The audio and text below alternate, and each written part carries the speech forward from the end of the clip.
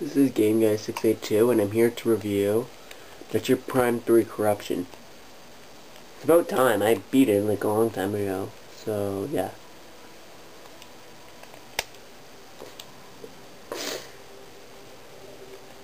You need the nunchuck for this game, the remote nunchuck. And that's pretty much it. See that. I have beat this game. The reason I didn't go and get the save file for the ending is because then I can't play it again. I'm going to have to start from the beginning. And that would be very good when I just want to play around. Well, I'm going to talk about first the story. The story is amazing.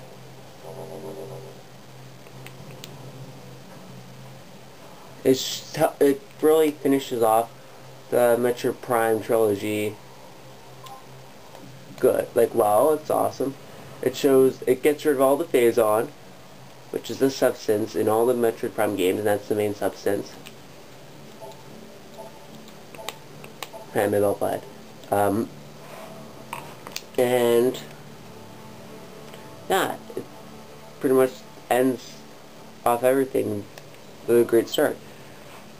Now, the whole point of this game, like this storyline of this certain game, is Samus gets corrupted.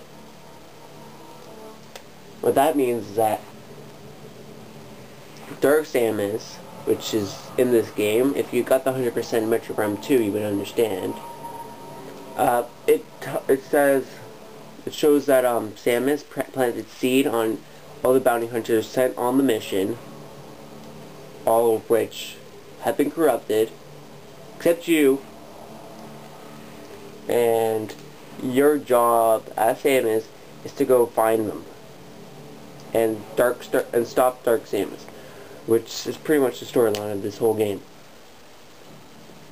That being said, it doesn't rule out any, like, it still has some twists and turns, and if you play it for the first time, you might think that some parts are scary. I didn't, because, well, I played the first two Metroid Prime games, so yeah.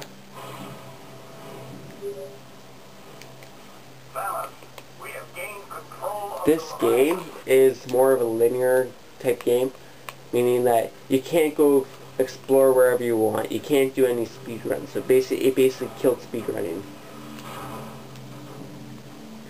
And the game is still a lengthy game, so. Now, they even had voice acting, as you can hear. Okay, I don't want to open up a one. Oh, I don't want to go there yet. It's ending. Screw that. I'm gonna have to. And if you look at the top, I'm just going to notice now, it says your battery life. See how full? So it has full. If it's 3, then it goes 3. 2, and 2, then 1. Yeah. They even have voice acting. Now, graphics-wise, now I'm done the story. Graphics-wise, it's amazing. Retro Studios really pushed it for the graphics. And they added up features, as you can see this. Is that Galaxy? And that is Galaxy. And Brawl. I didn't even notice that. I haven't played it that long. But anyways, this game is amazing. So if you have any money, you should check it out. I'm going to say that before I continue. Now, about the beam. As you can see, I have a beam. Unlike the other Metroid Prime games, you have a stack beam. I just did something stupid there. But you have a stack beam. And stack missiles and everything.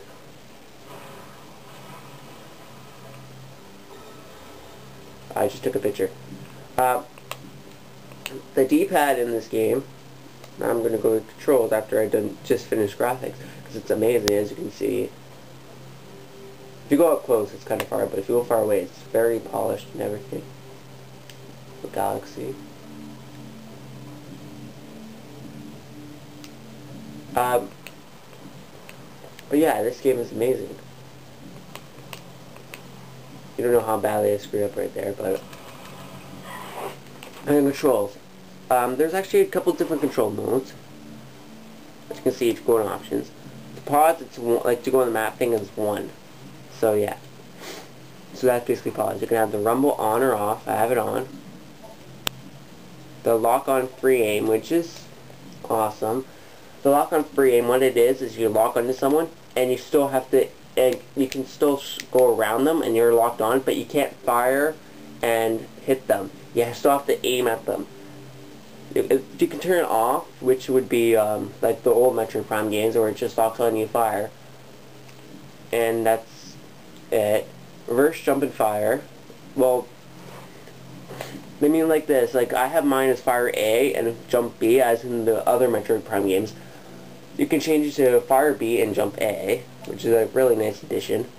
Since okay, here you can switch hyper mode and visor or whatever. I have mine this where you hold minus and you flick up and go whichever visor you want, and then you hold plus to in hyper mode. You can switch it though, so it's still okay. The boost ball aiming, which you have to put on when you get the boost ball, which I put on right now. I don't really like it, but yeah. No, I get aim where I want to go.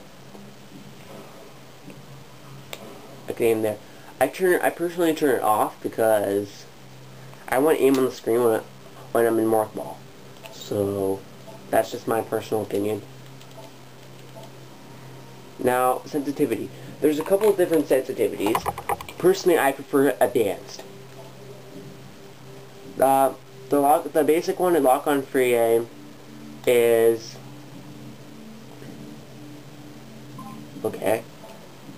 actually good for beginners. See, I can turn over there, I could fire it, but I have to go all the way to turn it.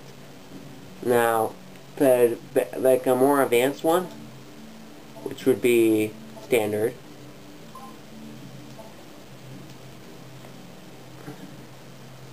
it goes a little bit closer.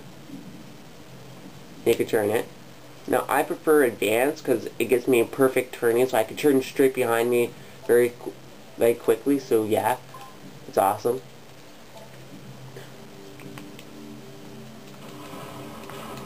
Now, as you can see, I just turn it a little bit and it's turning.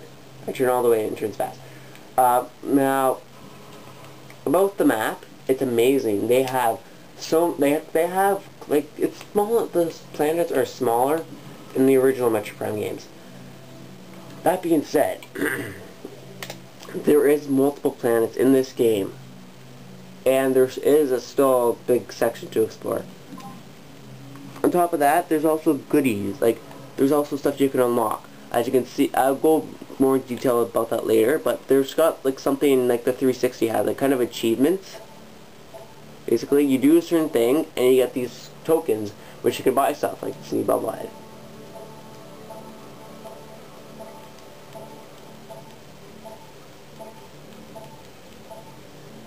And yeah, pretty much like that.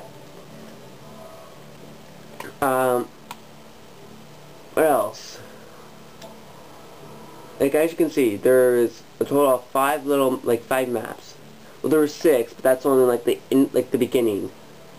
The first is like a little place, like a little ship, and then you go here, and then you go back on the ship, and then you go here, then you go here, then you go here, which is the Valhalla, which has Metroids on it, which I hate the Metroids. I don't know why. This game, it's just, I hate them. I don't know why. I always hate Metroids. Also, they kind of did something with the map, but you have to do a certain place to get it. It tells you where all the pickups are. I really think that's awesome. It's better than going and trying to look for them, or going on like the internet, find them where they are. So yeah, to shoot, you aim, as you can see, I should mention this earlier, you aim and then you fire wherever you want to aim. To charge, you hold the fire button. To double jump, you just press it twice, and you can unlock screw attack and everything. Which I have screw attack, which I'll show you.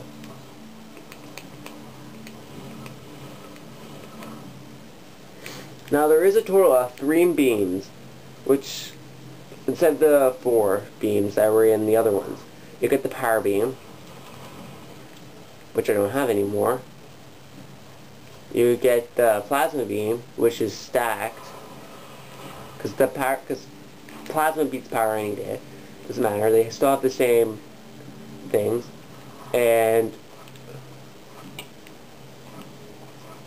yeah, the Nova beam or whatever it is called, I forget at this very moment,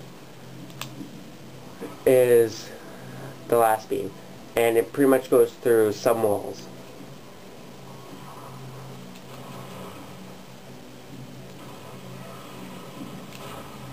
But not in this area right at the moment. But it does go through walls, which is pretty nice. And yeah, you get the X-ray beam, which helped you. This beam right here, the one I'm on, is a command, like a ship command, and you can command your ship from wherever, but it has to be in a certain area. And that's the scan, which everyone knows. And as you can see my face. It's all like blue. Starts normal and then turns like that. So I'll just scan. Now that I'm done like talking about that, the D-pad down is missiles, and there's a total of 3 missiles. Two of which you can activate at one time, and you got normal missiles, and then you got ice missiles, as you can see, and then you got seeker missiles, which nothing's here to see. Now I'll show you an example of the command one. Now you hold Z to scan and to lock on and see what you want to do. Now, if you unlock it up on this thing, it's screenshot, and plus or minus is, well, you know what minus is. Plus, like home is home, power is power, hyper mode is this, and you gotta waste it, or you gotta turn it off. If it goes corrupted, you can't turn it off. You're gonna have to fire every last bit, and it costs your health. That's the only catch. Now that I'm done about 2, just a little help. Now you got to use it. Analog stick to move, set to lock on, C to go in morph ball. Now in morph ball, C to turn back, Z to turn the camera a bit, which that's not really any help because you won't really need it. Up is the same screenshot. A is bombs.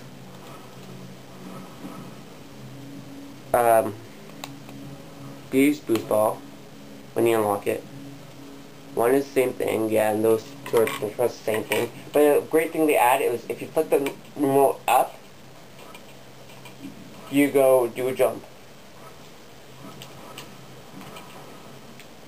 Yeah, another thing I should add is the grappling hook. As you saw me earlier, I was using the grappling hook. It's just a lock-on thing and you go. You can also lock onto power switches, use it, and then use the analog stick to show if you want to give power or if you want to take it. This is actually pretty interesting. There's also another one where you grapple enemies and you pull off their shield.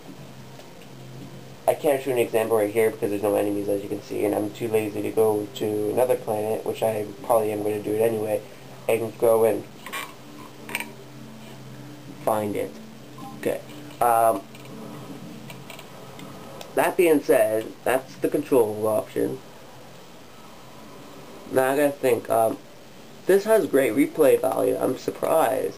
Sure, there isn't a speed run, but it makes you wonder how fast you can beat it. Like, every time I played it doesn't matter how. The first time I played it, it took me the longest, but I didn't finish 100%. And then I went in the next mode, I finished 100%, but I beat it quicker. Then hyper mode, one that you have to unlock, and I beat it even quicker. And then I went back and did the easy, and yeah. So I'll go here, because I'm pretty sure there's enemies here. and right there. So the maps are big and everything. But also another thing about your goal is you should go and get rid of the seeds on each planet. This planet I'm on right now, well, was on, had a seed coming to it, but I got it destroyed, and that's when you get corrupted with Phazon. And the boss fights in here are extremely well done, in my opinion. The enemies are also extremely well done. And it's still a first-person adventure, unlike Metroid Prime Hunters, which is a first-person shooter, because it's more shooter-oriented. One thing I would have liked in here would be, like, multiplayer, like in Metroid Prime 2, or online multiplayer, which doesn't matter, though. I'm glad they didn't, and they focused on the single player, which is really great. But they should make one, like, they should make a Metroid Prime Hunters for the Wii. Like, that's my opinion, because that'd be awesome, just having Metroid Prime Hunters. See some more gaps. On the Wii, like, it would show that all the graphical power and the online could go to the Wii. See, this is lock country aim. I saw the aim. And if you get, like, an item, you can use the charge beam to get to you.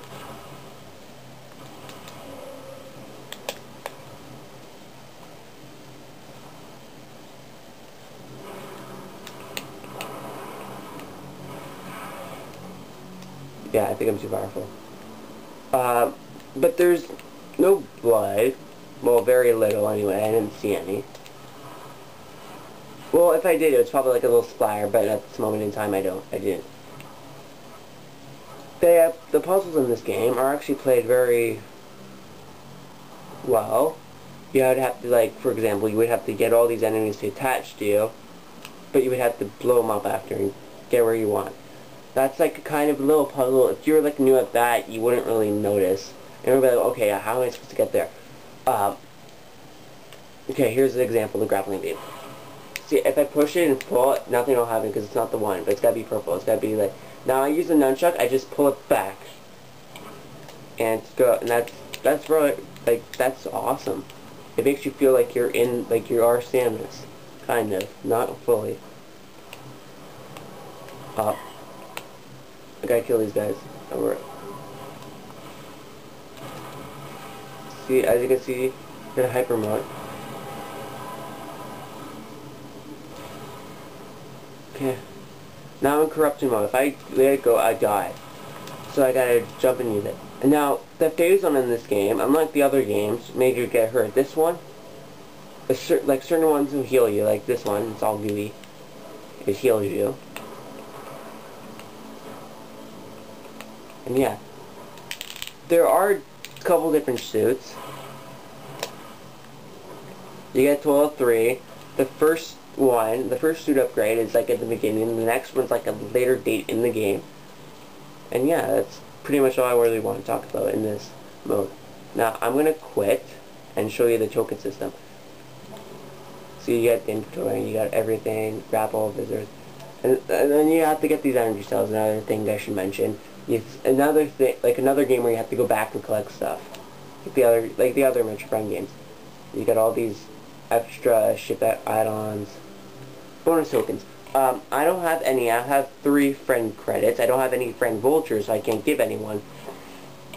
But yeah, that's, you know, current objectives.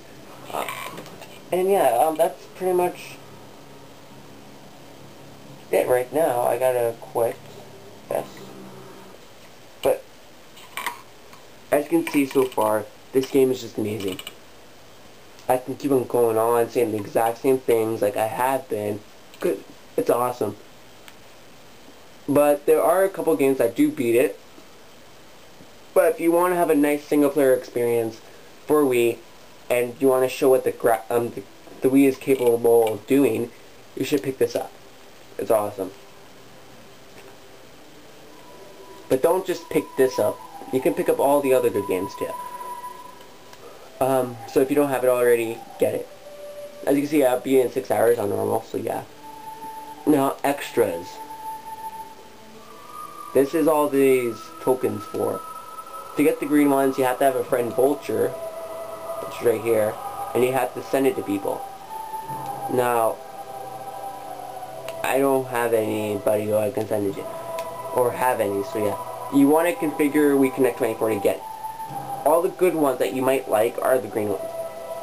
Now, soundtrack gallery, which I showed in my other video, you have to buy them, and you can play them all, or you can click it and click play. Cost money, well, cost these tokens, which is okay. But you can't play it outside the soundtrack.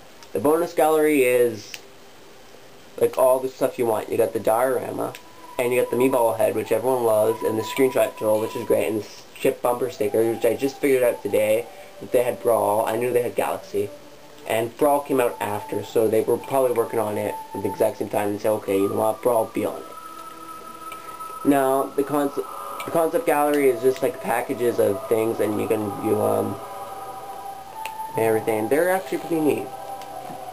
You should check it out. And that's pretty much my review of Metroid Prime 3 Corruption. And I'm going to say right now, as right now, it's like 22 minutes, so it's going to be a couple of hours on YouTube. Yeah, thanks for listening to my review. Don't forget to subscribe. Goodbye.